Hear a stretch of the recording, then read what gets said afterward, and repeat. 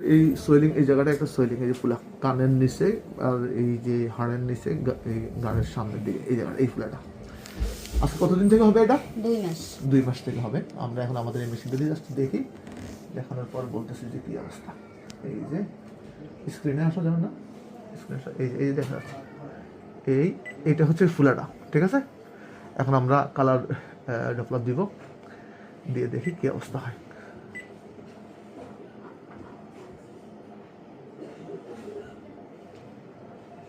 না, ভাস্কুলারিটি তেমন নিচ্ছে না,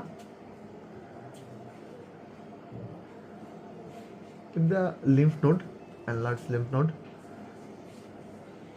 anterior cervical chain, এই যে এটা, হ্যাঁ এটা।